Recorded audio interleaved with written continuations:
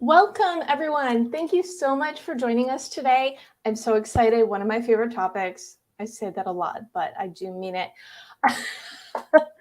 I'm Deborah Eckerling. I'm the author of Your Goal Guide and creator of the Deb Method for Goal Setting Simplified. I am the goal champion, and I also lead pre-event planning workshops for conferences and individuals because you can't reach your goals on your own. You need your community. You need to be learning. And every Sunday night, I lead the Goal Chat Twitter chat. And then on Mondays, I bring in 3 friends to dive deep into the topic. And as I said before, great topic today. We're talking about networking and social media. So I brought friends who love networking and love social media. So I'm really excited. So Deb Coman, this is our first time meeting face-to-face. I was on her Social Trust Twitter chat and Twitter Spaces a couple weeks ago. But this is the first time we're like having a real people conversation. Very excited. Beth Granger, longtime LinkedIn friend, and Jeff Klein of Speaker Co-op, a longtime speaker friend. So we're gonna have at it. So friends, why don't you take a moment to introduce yourself and we will go from there. Deb, let's start with you. Welcome. Thanks so much, Deb. It's so good to be here. I'm Deb Coman. I'm a content conversion strategist, host of the Social Trust Twitter chat, and I help service-based business owners create, share, and engage with trust-building content that gets them more sales, referrals, and collaborations. And it's good in line with what we're talking about today, right? Because trust is everything. It really is. And so tell me real quick, how did you come up with this as like your niche? I've always loved social media. I primarily started with helping business owners create their content, distribute it, and all of that, but always had a sweet spot for social media, which came even more naturally to me than everything else. So when it just started really taking off, I realized, you know what, that's the main thing I want to focus on. I created my Twitter chat around it and still help people with other aspects of their content, but there's so much opportunity for networking and connection through social media that's really the place I love to spend my time. And it's how we met, which is, Exactly. bonus, right? Absolutely. Us Twitter Absolutely. chatting people have to speak together. Well, great to have you here and meet you in real life on camera. Beth, good to see you. Good to see you too. So, I'm a trainer, consultant, and speaker on the topic of unleashing the power of LinkedIn and networking. So, my focus on social media has narrowed to be just LinkedIn. And I work with mostly leaders and people who don't think of themselves as salespeople, where they have an expertise, and help them get consistent and confident in their LinkedIn and networking behavior. Because for those of us where the social stuff comes natural, it's like, what do you mean you don't love this, right? Yes. So what do you find is the biggest challenge with the people that you work with? Is it resistance, or they think it's just for the kids, or what? No, I think for them it's a little bit of fear or apprehension, maybe, because LinkedIn is your career at stake. It's not like, okay, I'll put a picture up of what I ate for dinner. So they're nervous, or they don't understand, if I share content or if I comment on someone else's, who's going to see that? Will my boss see it? Will my competitors see it? So it's just a little bit of that, okay, this is my career. I don't want to make a mistake. Oh, so very, very LinkedIn, a high stakes sort of attitude. Yes. Awesome. Well, I'm looking forward to dive more into that as well, because as you know, as a lot of people know, I love LinkedIn. I love Facebook. I love Twitter. I love Instagram. They all have their place, but really LinkedIn is where you need to be if you are in business. So we will dive more into that, I am sure. And Jeff, are you there? Yes, you are here. We've been having a technical difficulties kind of day, so glad that you could come in here. Good to see you. Well, yeah. So we get spoiled by the tech, and sometimes it just fights back. So I have been teaching networking and most specifically the elevator pitch since 2004. And my business at the time back then was an advertising agency, and I became a speaker teaching the elevator pitch. So my most of my time right now is spent teaching people how to use speaking to get clients. So, but we still do plenty of classes on networking and the elevator pitch and all that good stuff. Yes, because it's all the parts. What was Absolutely. that? Was that me? Okay, now I think I'm the feedback person. Yes, Wow, it's it all, was me. Oh, good. Well, as long as it's not me. Well, it's good to see you. And it really is all the different parts and how they work together. And so my theme this month is networking. So each week is a different topic related to it. And our next week topic is the other thing that you talk about introducing yourselves. Then we're going to talk about referrals and recommendations, and then hosting good meetings. So they're all little different pieces of the pie, but we get to do the overview, fun for us today. And what is it? I think you've all delved into, why you're loving the social, but what about networking? Now, I love networking because you can't reach your goals on your own. You need to constantly be developing those relationships. But what about you? What is your take on this? Beth, I was going to go to you first. I have a lot to say about this. I wouldn't even have my business if it wasn't for networking. So about 12 and a half years ago, I thought I was looking for a new job. My life insurance agent said, "Oh, come to my networking group." And at the time I said, "What's a networking group?" And I was very lucky that it was the specific group that I visited, because they come from a place of abundance. They don't track, it's not transactional. And they knew I was starting a business before I did. So that was convenient. Yes. So it has a close, important to me. And I'll tell even more when it can go beyond, so far beyond business. It can actually save a life.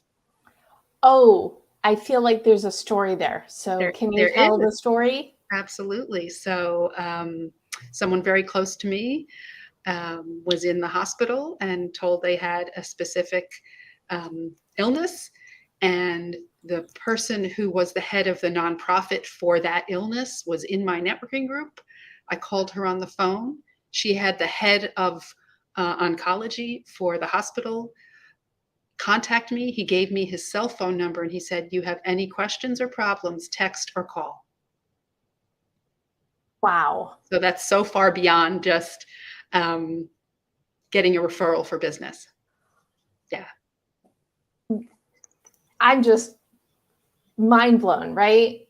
But it really goes back to the fact that you don't know where information is going to come from. So the bigger the network, the larger the net. So Deb, try and beat that story. No, I can't. No, that's such a good one, Beth. And I agree that's the beauty, I think, about networking, is that the possibilities are really limitless. And I love that it doesn't have to have a sales component. It really shouldn't have a sales component to those conversations so much, because it's too narrow a focus, for one, and it just limits what can come of it. So I think when we are, much like what I do with social trust and helping people do that with their content, it's not about the sale, it's about the connection with the person. And that helps relax everyone. And we share our values a little more openly. We tend to be a little more vulnerable to the extent that we're comfortable doing that. And that's where things like Beth's story can take place, because you get to know people to the point that they say, "Hey, let me put you in touch with this other person." And people do things like, whip out their cell phone number that they would otherwise not give. But that's because they learn to trust you on some level from the way that you entered into that conversation. So I just love it. I think it should be a part of every business. I know not everyone is comfortable in those settings, but the more that we can do that, and often it's by practice, the more opportunities we have professionally and personally, that come about from it. And it really is that mix of the personal and the professional as well, because you don't know. You need to be open going into it, because you never know, as Beth proved, where any kind of relationship can take you. So Jeff, what do you think? Well, we're all nodding our heads, and the truth is, networking is a natural thing for a lot of people, but it's also a learnable skill.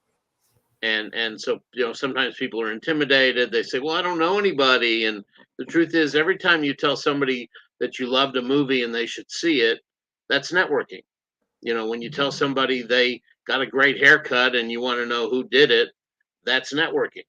So we do it every day. I did it for years, but I didn't know that's what it was. I didn't know it had a name.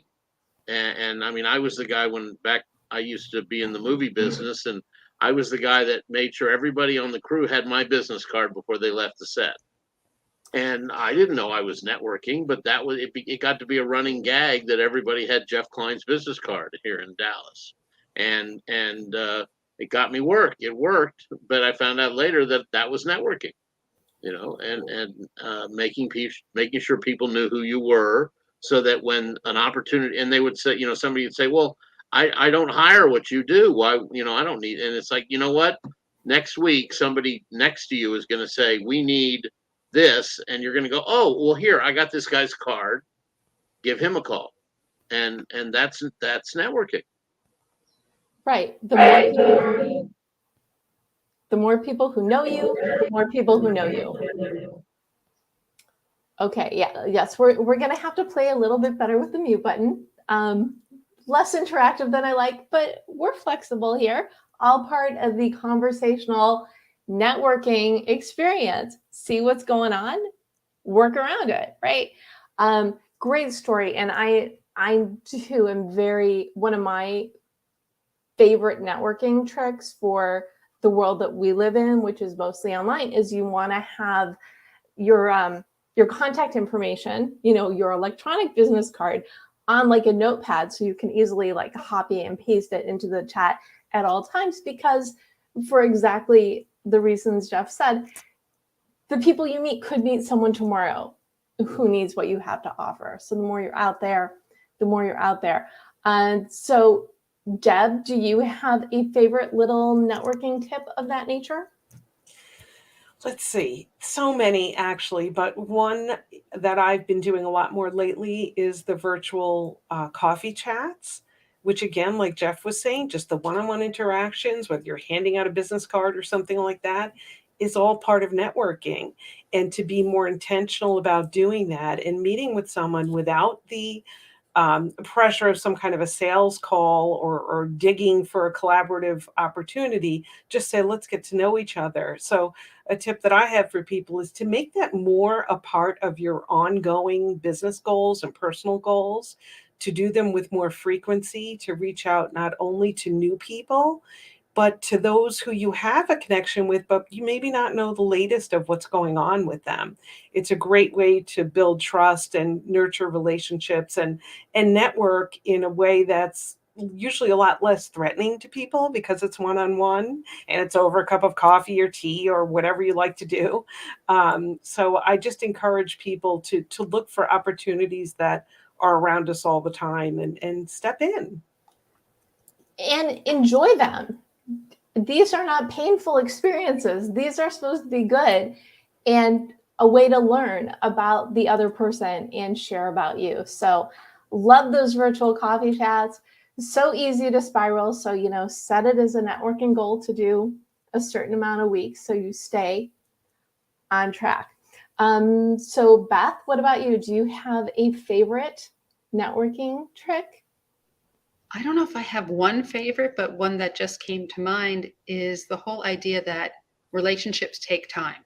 So if you go in expecting that you don't even know the person and they're going to give you a referral, that's not how it is. It's that whole know, like, and trust factor, and taking the time to get to know somebody. Yes. And again, you don't start with, buy my this, I sell that. You start with, hey, tell me about you. Exactly. And also the understanding that not everybody is going to be able to refer you. You may be able to refer someone, they'll refer someone else, and that there are multiple ways to help each other. Maybe you invite somebody to an event, maybe you give somebody some advice. So it's not always that you're giving to each other directly a referral. Right. It's the whole paying it forward. It doesn't always come from where you think it's going to come from. Exactly. And so, Jeff, what about you? Do you have a favorite? Giving. Jeff's favorite tip is giving. That is the key. You can unmute and talk. We just can't talk at the same time. I'm sorry. I was just having some fun. I'm actually going to be a little unconventional because I teach people to give referrals the day they meet people. Know, like, and trust is important when you give recommendations, but I believe you can introduce people right away, not necessarily to buy something from somebody else, but to talk about becoming referral partners and see if they're a match. So referral partners to me is how you win the game of networking. Find somebody or ask for somebody who is looking to meet the same prospects as you, and that is a potential referral partner. And then you sit down with them and you see if you're compatible and you're somebody that you want to, that you can give and receive on a regular basis, because a referral partner is the strongest relationship in networking. And then you wind up knowing and liking and trusting them after you get to know them. So where is your favorite place to meet people? We'll start with you on this one, Jeff. Well, I used to love to go to, I have a weekly group that I've been a member of for about 8 years. And I think that's still my favorite. But there's, I teach people how to work the room and, do happy hour networking and teaching, and now with virtual, since the whole pandemic thing, I'm in 2 virtual networking groups that I do every week. So, my favorite is still, belly to belly, knee to knee, as it were, but because I like people too much to just stay home by myself with the cats. But so if I have to pick a favorite, it's in person. But you don't have to go and be in a room full of people to network. You can network from LinkedIn is an amazing tool, but turn it into individual meetings. Don't just, correspond, turn it into Zoom one-on-ones, et cetera, et cetera. Yeah.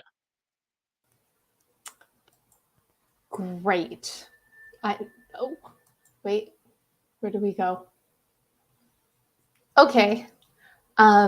Yes, virtual is great. You can meet people anywhere. Excellent tip. And we may have even solved our sound problem. No, you're muted. We didn't solve our sound problem, but we're still going with it because we can. Deb, where is your favorite place to meet people?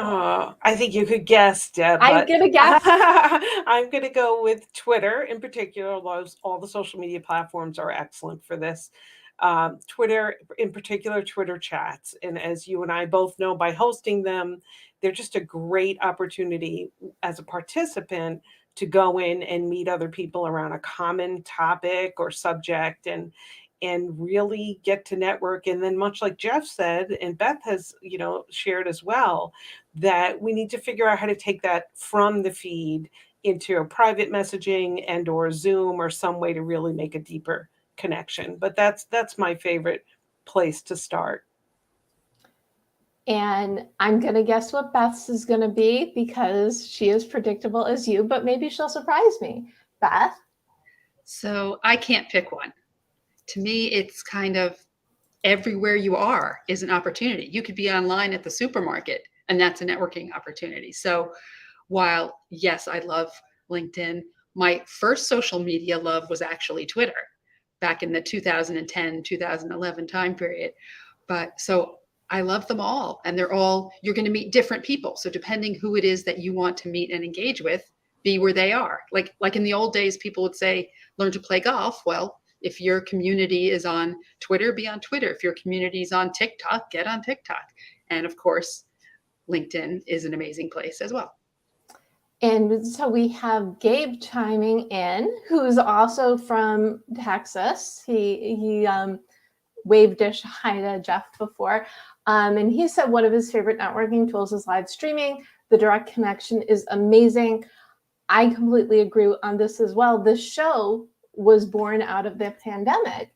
And for me, it's a great place for me to catch up with friends, but also have conversations with people I don't know as well. It's a good place to bring people together.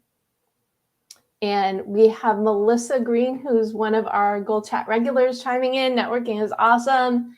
Yes, it is awesome. And that's what we're talking about today. If you've got a favorite networking platform or tip, feel free to share it in the comments. And in the meantime, we're just going to keep going on and on about networking. And something that especially Deb and Beth mentioned was the connect, and Jeff as well, the connection between networking and social media. What is it? How is it that they work so well hand in hand? Beth? So to me, what I love about it is it can go in both directions. So you might be in a networking group, a traditional networking group that meets once a week or twice a month, whatever it might be, and you can extend and strengthen those relationships using social media.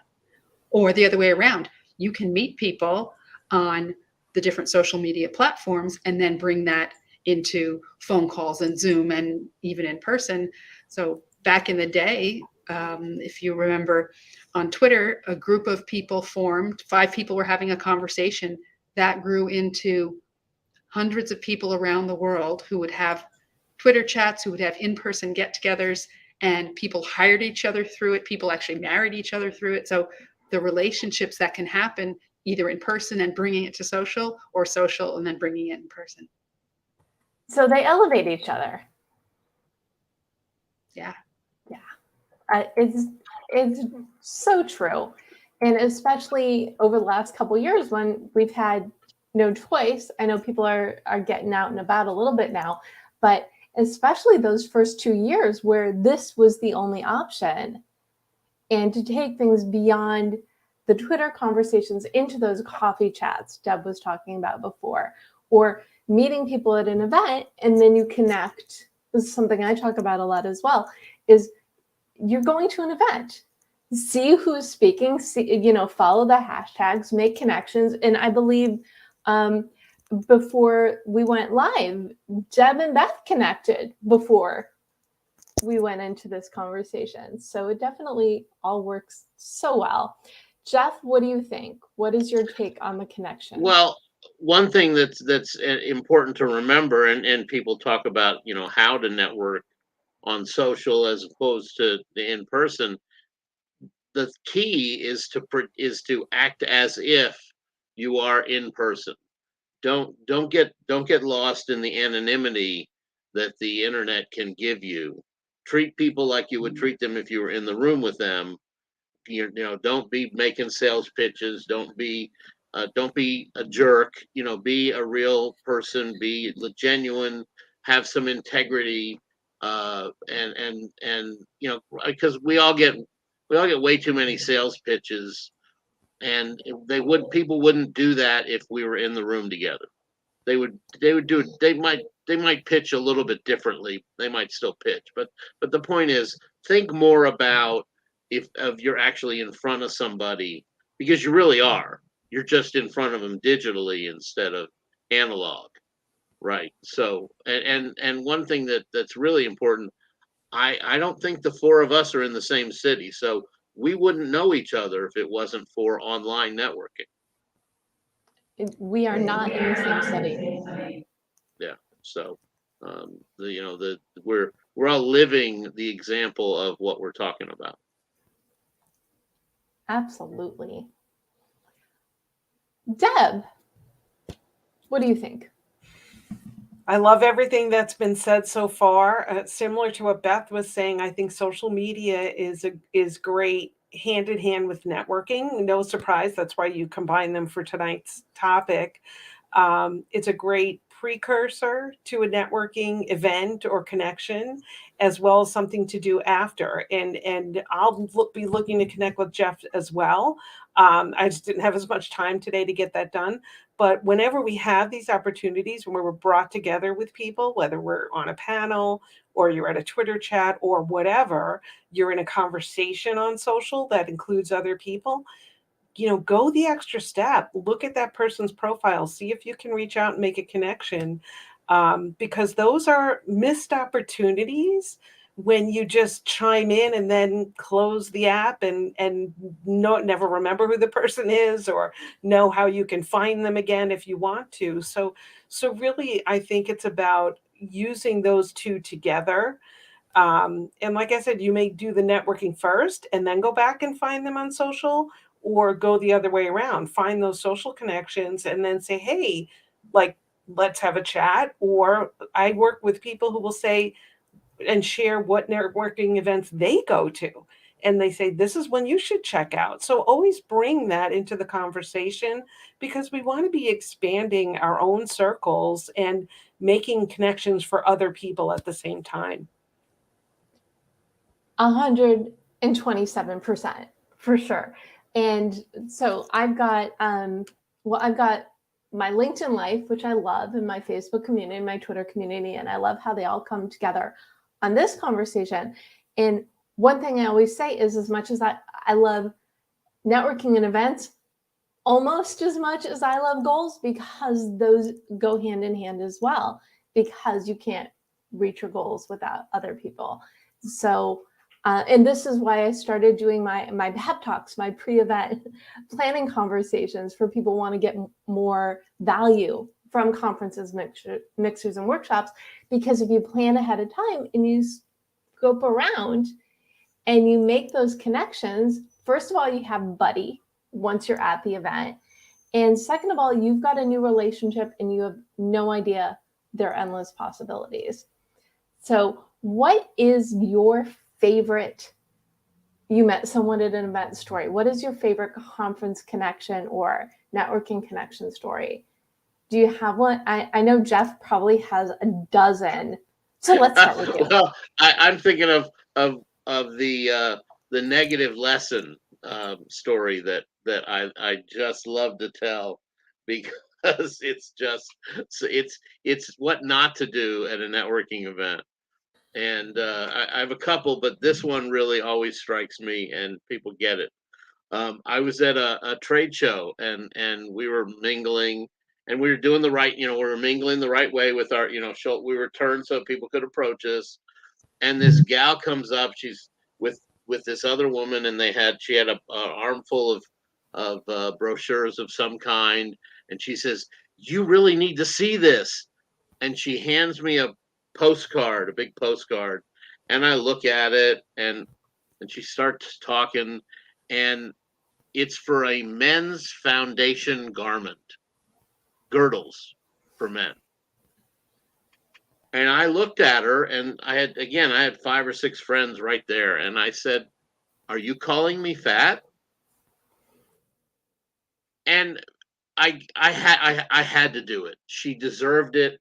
It was the wrong approach. It was a terrible way to get business. And I knew she was trying to teach this other person how to do how to be successful in this obviously direct sales company. And I love direct sales, don't get me wrong. But anyway, don't do that. Don't find some trait about somebody that might or might not be negative and use it to try to sell them something. I mean, oh my God. Anyway, so I said, you might find, and I gave her the postcard back, and I gave her a little short professional networking lesson about, you might look for people who are also working with folks like trainers and maybe a massage therapist or an orthopedist or other people who are looking to help people get fit, to meet, so that to introduce you to their clients, or, which is, again, that's the whole referral partner lesson. But that's the best way to grow a direct sales business too, not inundate your friends and family with the next thing you're trying to sell.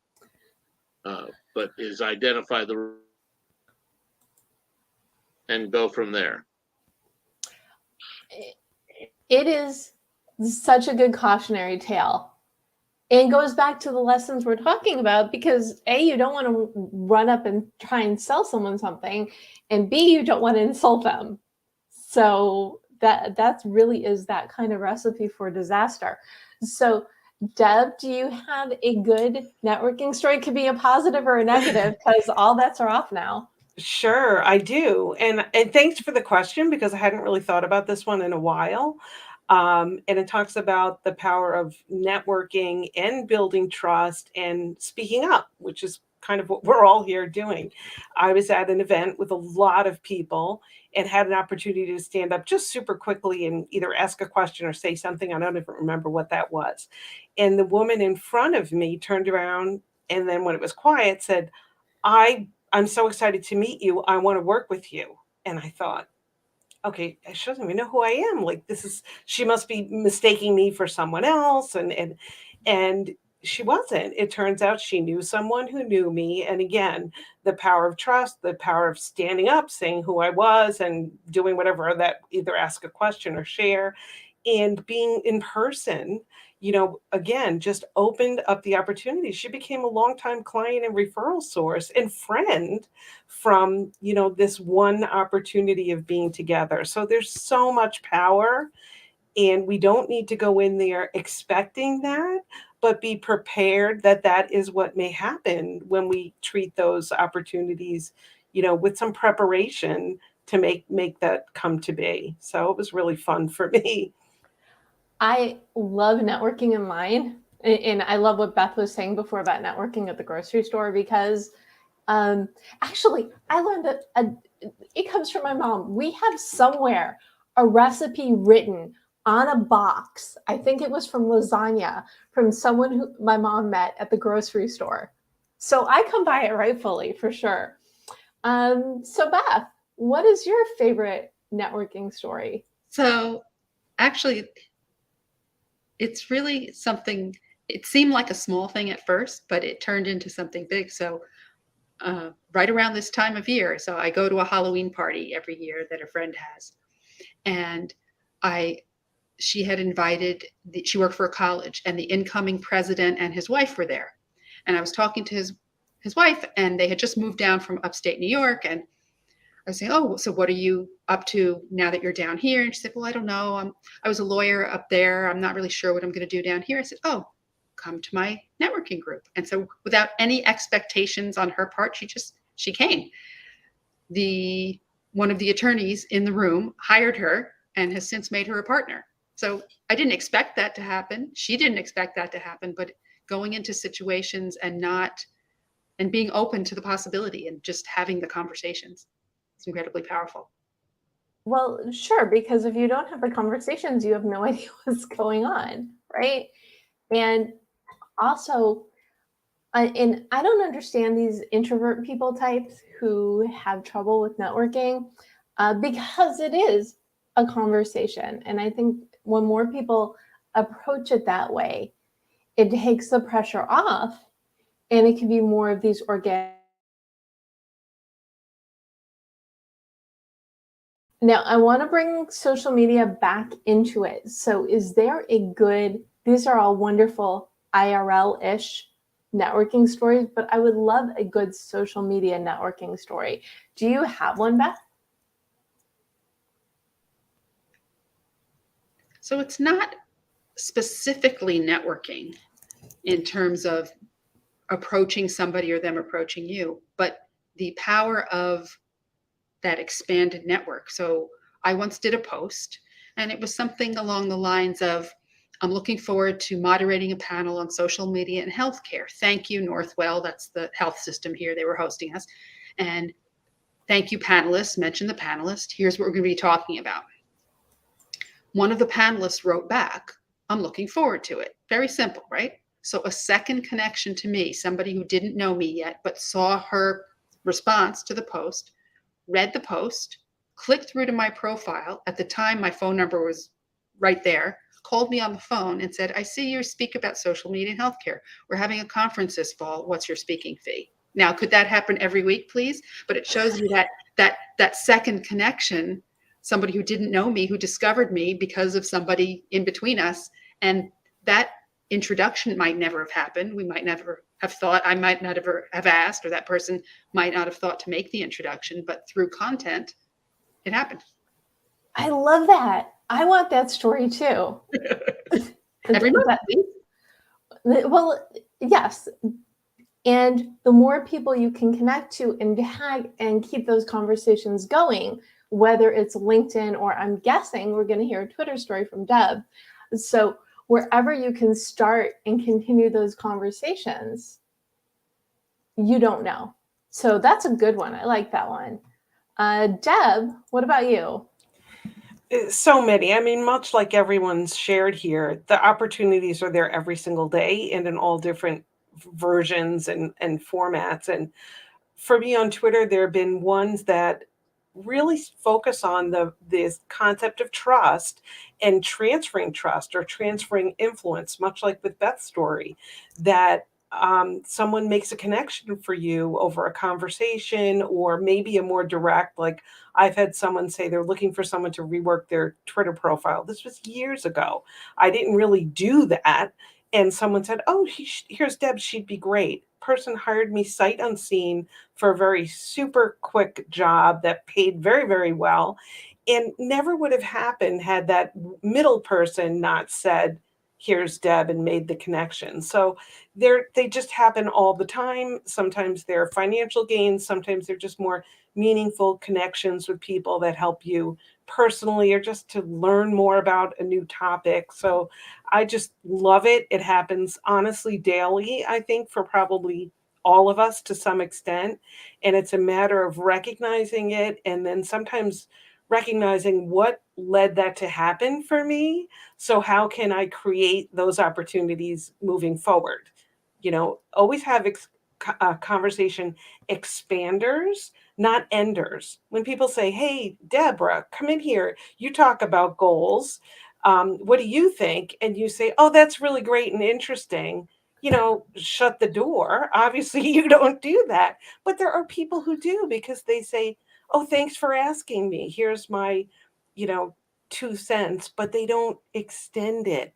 Thanks so much. And this is what's really interesting for me. Or here's someone else who will maybe have another perspective. Like always look to, not inflate the conversation but beyond its natural abilities, but expand it and contribute meaningfully so that you get remembered and you're known as being a connector. And people will then in turn want to connect you when it's relevant. Yes, I've never been accused of stopping a conversation. But I've seen people stop them flat. So really good point. I want to give a shout out to Liz Lopez, who's just joining us, who I met a couple weeks ago at a conference, connected, Facebook, LinkedIn, here we are. Thank you for joining us. And we're glad that you're enjoying the conversation. And because that's the first thing I do is even if there's only one link I put out, it's my LinkedIn, because that is this from a business standpoint, that's the starting point. And then you can let the conversations and find different platforms from that as well. Great tip, Deb. Love it. Jeff, what about you? Well, I use LinkedIn to check the people out I'm going to meet, or even just remind me about who it is I'm meeting. I meet somebody on a video conference and we schedule time together, and then I use LinkedIn to see who they are and what they're doing, and remind myself who the heck I'm meeting. It's because they're a name on the calendar, and sometimes I'll see their face, then their picture, and I'll go, oh, okay. Please put a current picture on your LinkedIn profile, for God's sake, and help us all. But I also wind up, when I find out somebody lives locally in Dallas, invite them to my in-person networking group, because we have a Wednesday business networking group that it's a 20-year-old group, and I've been involved with the groups for about a dozen years. I've been a member for 8. And when I meet somebody who is, looks like they'd be a good fit, I invite them to come meet, come have lunch and meet some great people. And whether if you don't want to pursue membership, that so what? Come and have a good experience. And if you decide it's something you want to continue to do, great. And if not, that's okay too. But come check it out for sure. So there's a lot of crossover.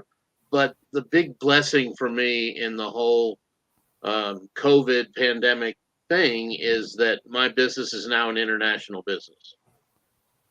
I've got clients in Canada. I got my first Irish member last week. So I mean, I've had a member in Africa since the summer. So the Zoom stuff that we could have been doing for a couple of years before the pandemic, and I was seeing clients on Zoom, but we weren't really using it the way we are now, just because we didn't, not because we couldn't. But we had to overcome some fears, some of us. And I think for the most part, we've done that. Absolutely. It really was a steep learning curve for a lot of people. And some people are still living in that learning curve. But I say the same thing all the time. I've met more people in the last 2.5 years than I ever could have hoped to meet. And I live in LA, which is a pretty big city. So, and it affords opportunities to meet people in different places. Now, we heard Jeff's cautionary tale against networking. Deb, Beth, do you have cautionary tales or a horror story that you'd like to share? It is Halloween month. I feel like horror story should be a question. Beth? Well, I have this webinar that I do called 9 LinkedIn Landmines, Behavior to Avoid That Can Hurt Your Reputation. And we've all experienced this. There's behavior that people do. I don't know if they think it works. They've been guided wrong. I don't know why they do it. The dreaded connect and pitch. So we hate that, right? How many times do you connect with somebody, you're looking forward to getting to know them, and they're pitching you immediately? You don't do that. And now even people have started to pitch in the connection invite. And for things that involve trust, like, I'm a financial planner. Can I look at you? No. So I don't know why people do it. Don't do it. I so agree. I think the closest I get to it, usually my connection request will be great to meet you at blank, let's connect, or so-and-so said we should be friends. I think those are the two different things. Great to meet you, or so-and-so said. Jeff, you have another horror story for us? No, I've started, I use my connection request to invite people to to my group on LinkedIn. When it applies. In other words, I'll contact speakers and tell them about our speaker group on LinkedIn as a way to engage. So, but that's not a pitch. It's here's a community, right? It's offering value. So I got a bunch of other horror stories, but we'll see what Deb has. Deb. Thanks. I think more of the same, like just in especially when it comes to networking. I think some people, particularly if they're not as comfortable, will prepare with a big focus on themselves. What am I going to say? What's my elevator pitch that Jeff's helped me with? What do I want to accomplish here? What's the possibilities for getting people in my program or this? And to take a step back from that and focus with the give, like we've talked about already, and Jeff has said, that, be a better listener than a talker in those situations. Your turn will come. They will ask you a question. When I've helped people around their elevator pitch or invitation, however you want to call it, I would say, we want people to lean in and ask something. We don't want them to be overwhelmed by what we're saying, that they just nod their head and walk away. So I think just the more that we can relax a little bit, think of what can we bring to the conversation with all these people that we're meeting the rest can kind of take care of itself a little bit more easily, because we'll focus on the connection, not so much like, what am I saying and what's the script I memorized. And so I guess, horror stories would be when people get stuck in that loop, or when I've been in that place before, just thinking, oh, wait, how do I say it? Especially if it's something new, or you're launching something new, you kind of practice, and it's important to just relax. I try to help people relax into their marketing, be themselves. It's going to be okay. And, like you said, Deb, if you have someone you can pair up with, it makes it easier. If you can practice with people first. I mean, there's a lot of things we can do to really benefit from networking, even if it's not our first love. Absolutely. Even if it isn't your first love, I think I said this I don't know if it was in the last workshop I led or a conversation. It might have been both. But if you don't love networking, just do it for a little bit. Give yourself a time limit and then a reward at the end. I'm going to meet 3 people, and then if I'm still having an awful time, then I can go. But likely, if you just met 3 people, you're going to be having a better time because you've made connections. Beth, you have something to add to that? I have a tip. Oh, good. So if you go and your goal is not for yourself, if your goal is for other people in your network, so if you say, okay, I know my referral partners want to meet trust and estates attorneys, so the next event I go to or I'm online at, I'm going to look for people to introduce to them. That takes the pressure off, because your goal is not for yourself, it's for someone else. And then add on top of that curiosity. So don't worry about what you do and what you say. Be curious about other people, get them talking. It'll all take care of itself. I love that. And this is a great transition into gifting goals to our audience. So whether you're watching live or the replay, or you're listening to this on the Deb Show podcast, we're glad you're here. And let's gift our people with something great. So is this the goal you want to gift, Beth, or do you have something else? I think I'm sure I have something else, but I like that one. So at your next networking event or opportunity, make your goal that you're trying to help someone else.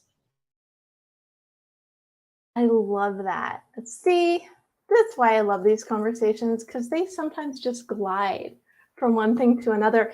And if you want to do a bonus goal, since I kind of hijacked your conversation and made it into a goal, I make the rules. So in the meantime, Deb, do you have a goal to gift? I'd like to gift people to focus on the virtual coffee chats. They're low pressure, high opportunity and possibility.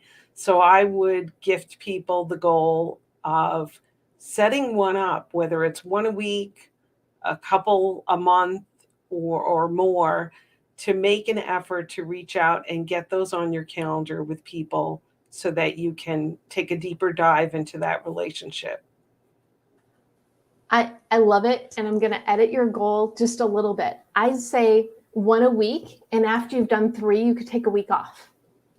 Yeah, my own is one a week, because I think they're highly valuable. But I think for those who don't dip their toe in the process, I always say start where you can and work up. The other thing is, these chats, they can be 15, 20 minutes. They Absolutely. don't have to be like an hour. And that's one of the things that I learned early on in the pandemic, because I did a lot of these, especially at the beginning, because I met so many people. An hour per chat is a long time. Don't do it unless you really want to burn out quickly. So that would be my horror story / tip. Not even a horror story, because I love people. So you can imagine how long some of my conversations can go if I let them. Anyway, so don't overwhelm yourself. Give yourself a reasonable time for them. So great goal. Jeff, what is your goal? Well, I would add 15 minutes is good for just a quick get to know you. But if you're really truly doing a networking one-on-one, do 30 so that you each have 15 minutes, because you're going to schmooze for the first 5 or 10 anyway before you get into talking about what who you want to meet and all that good stuff. So do 30s, don't do hours. That but do 30s. And anyway, so I was going to say set a goal to give X number of referrals at the next meeting. Beth took that. Then I was going to say set a goal to do some one-on-ones. Deb took that. So here's what I'm going to do. I'm going to give you a goal to help yourself help other people network. I want you to make a list of 5 referral partners for your business. Now, a referral partner, again, is somebody who also wants to sell something to your prospect, but it's something different. So if you're selling makeup, who else wants to sell something to that person who is buying makeup? And it doesn't have to have anything to do with makeup. It could be a realtor who wants to sell something to that person who's using makeup. But 5 people, and then start asking to meet those 5 people when you network.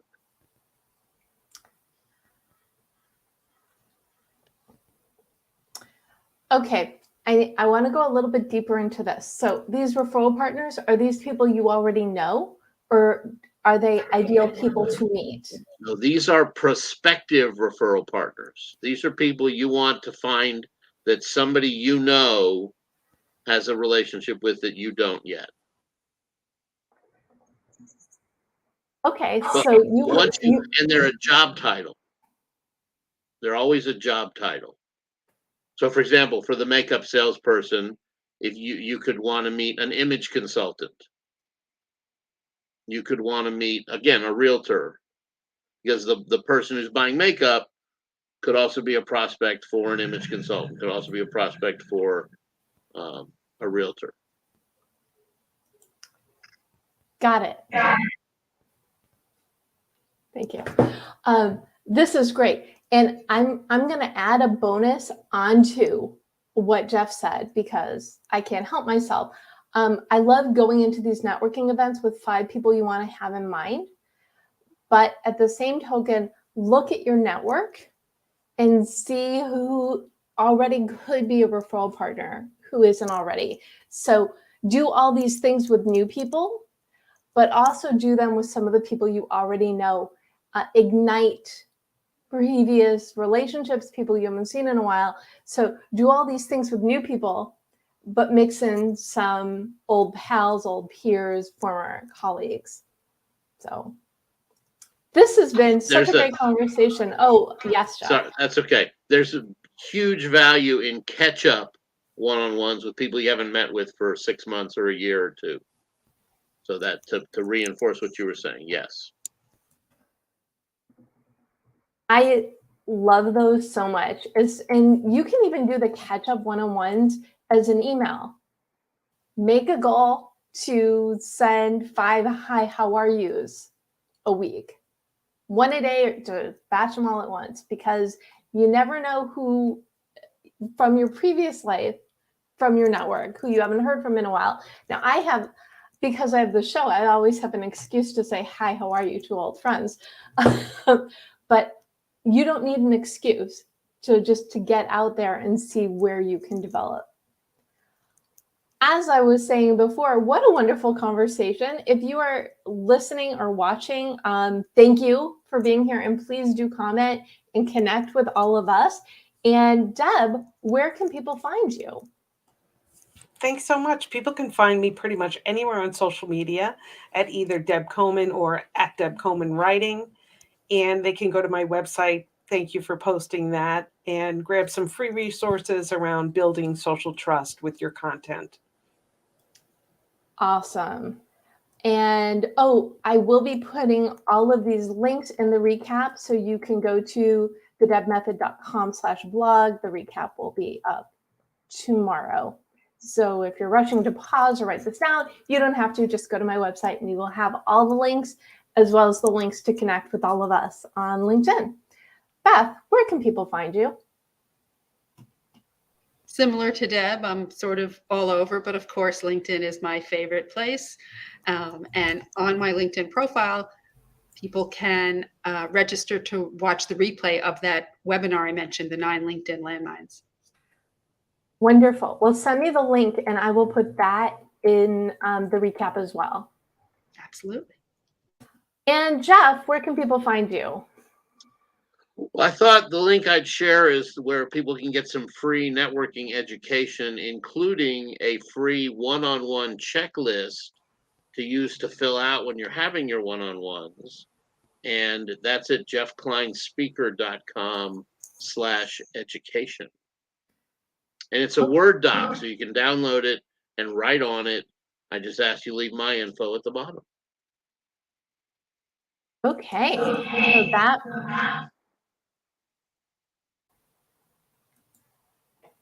that will be in the recap as well. And again, you can learn more about me at thedebmethod.com or thedebmethod.com/goals. You can learn about my upcoming event outcome optimization workshop, also known as Pep Talks. So thank you all so much for being here today, for joining me for this wonderful conversation on networking. I would love one final tip from each of you. So Jeff, let's start with you. I like to fall back on the old Nike slogan, and that is just do it. Don't be shy, get out there and just do it. And since we were talking about catch-up one-on-ones, reach out to somebody you haven't seen since the pandemic. Okay, and it can be virtual. Virtual Yeah, is still absolutely. work. Absolutely. Okay, bonus goal from Jeff. Beth, what final tip do you want to leave everybody with today? This is a really powerful strategy. We all like to look at who viewed our profiles on LinkedIn, right? But do you do anything with that information? So if a first connection, so someone you're connected to, looks at your profile and you haven't spoken to them in a while, there's a reason. It could be nothing, could be they want to see how to spell your name, but it could be something big. So reach out. And the wording I like to use is, notice you stopped by my profile, how are you? So I'm not saying, why did you stop by? Because it could be nothing, but it just rekindles that relationship and starts the conversation.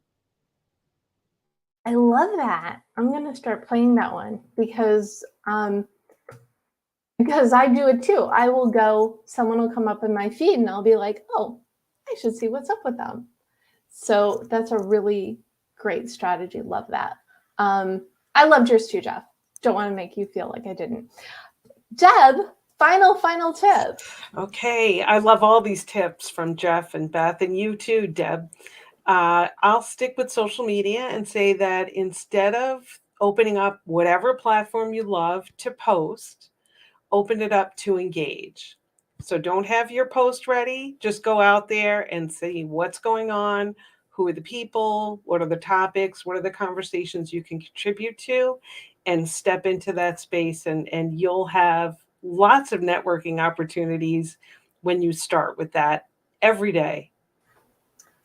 And one thing that's important to mention, and I can't believe no one said it, so I'm going to say it. The first word in social media is social. When you do your networking in your social media with that social tip in mind, the giving, the connections, the conversations, things can only go up from there. Thank you again, Deb Coman, Beth Granger, and Jeff Klein for joining me today to dive deep into networking and social media. And again, if you're watching or listening, thank you for choosing yourself and your goals. So set those networking goals. You don't even have to think about what they are. We gave them to you. Go on out there and go for it because we know that you can do it.